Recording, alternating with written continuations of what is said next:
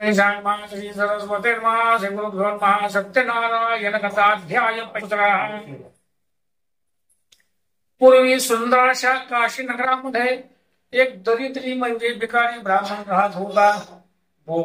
ज्ञानी ब्राह्मण दररोज पृथ्वीवर करत असे. आशाच्या निष्ठ धार्मिक ब्राह्मणावर कृपा करणाऱ्या भगवंतानी वृद्ध म्हणजे महाकर्म ब्राह्मणास घेतलं व त्या काशी नगरातल्या ब्राह्मणास प्रश्न केला की तू दररोज पृथ्वीवर कशासाठी फिरतोय असं मला सांग असा त्यांचा प्रश्न ऐकून तो ब्राह्मण म्हणाला की मी अति गरीब म्हणजे भिकारी ब्राह्मण आहे. ती भिक्षा मागण्यासाठी रोज पृथ्वीवर फिरतो. हे भगवंता, दारिद्र्य नाहीसं करण्याचा एखादा उपाय आपण आज माहीत असेल तर तो कृपा करून मला सांगावा. असे त्या ब्राह्मणाचे भाषण ऐकून वृद्ध वृद्धांचे भगवान म्हणतात की सत्यनारायण नावाचा विष्णू सर्वांच्या सर्व इच्छा पूर्ण करून मनातील फळ देणार आहे. त्यानंतर त्या ब्राह्मणास पूजेचे विधान सांगून सत्यनारायण भगवान तेथे गुप्त झाले आहेत. त्या वृद्ध ब्राह्मणाने सांगितलं मी अवश्य करीन असा त्याच्या भिकारी ब्राह्मणा लागल्यामुळे त्याला रात्री झोप लागली नाही. नंतर मी सकाळी उठून सत्यनारायणाचे पूजन अवश्य करणं अशा मनाशी निश्चय करतो गावात भिक्षा मागण्यासाठी गेला. त्या दिवशी त्या ब्राह्मणास ईश्वर पुष्कळ भिक्षा मिळाली. त्याने उत्तम पिकलेली केळी, साखर, तूप, दूध, गव्हाचा रवा याप्रमाणे खरेदी करून आपल्या घरी आला. आपले बांधव इष्टमित्रांना बोलावा.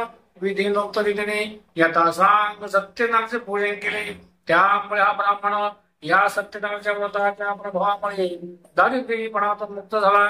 धनधान्याची समृद्धी झाला. त्यावेळीपासून तो ब्राह्मण प्रत्येक महिन्याला सत्यनारायणाचं पूजन करू लागला.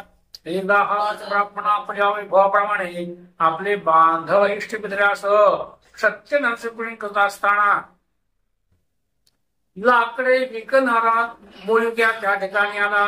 तो मुलग्या राहण्यानं अत्यंत व्याकुळ झाले असल्यामुळं मस्तकावरचे मूळ त्या ब्राह्मणाच्या घरी गेला.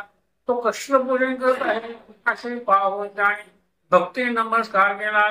तो मुलगा म्हणला, महाराज आपण कसलं पूजन करत आहात? पूजन केल्यामुळे का फळ मिळतं ते सविस्तर पूर्वक मला सांगा असा त्या मुलग्याचा प्रश्न ऐकून तो ब्राह्मण म्हणाला की सर्व इच्छा पूर्ण करणार असं हे सत्यनारायणाचं व्रत आहे. याच्या कृपा सदामुळे मला पुष्कळ धन धान्य मिळालं. त्यानंतर त्या मुलीकानं समजावून घेतलं. अति आनंदाने प्रसाद खाऊन पाणी पिऊन तो शहरात मुळी विकण्यासाठी गेला.